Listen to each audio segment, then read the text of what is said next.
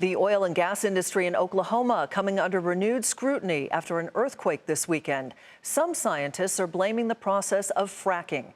And as Morgan Brennan reports, that could have a potential impact on production in that region.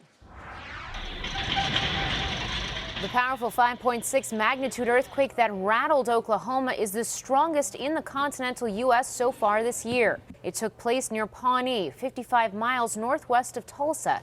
No one was seriously injured. But officials suspect the tremor could be linked to the oil and gas industry. State regulators ordered at least 37 wastewater injection wells to be shut down. The concern, the wells which are used to dispose of toxic wastewater from fracking could have triggered the quake. That's because the wells are drilled more than a mile into the earth, where the increased pressure can cause existing fault lines to shift. The U.S. Geological Survey has linked a dramatic surge in seismic activity in Oklahoma and other energy-producing states, like Texas and Kansas, to disposal wells drilled too deep. In Oklahoma, there were 893.0 magnitude quakes last year, versus just one in 2005.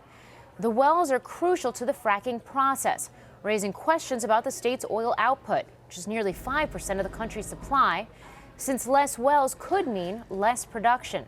There could be a potential environmental catastrophe if the storage tanks were to literally fail or rupture as a result of an earthquake. You're talking tens of millions of barrels of crude oil, which I'm not sure exactly where they would go, but the impact would be monumental, rivaling, I'm sure, Exxon Valdez and other of the major spills we've had in the country. Again, Capital's John Kilduff says the area's major producers using injection wells include Sandridge Energy, Chesapeake Energy, and Range Resources.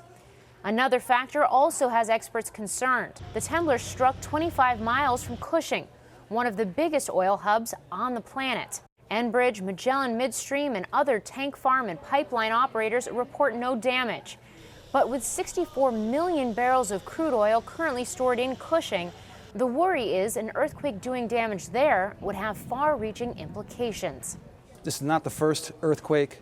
It's one of many. This is one of the biggest in several years, and people are getting shook up about it in a big way. And for the first time, you've seen a response from the government there against the industry. Due in large part to injection wells and man-made seismic activity, the USGS says some parts of Oklahoma are now as much of an earthquake risk as California. For Nightly Business Report, I'm Morgan Brennan.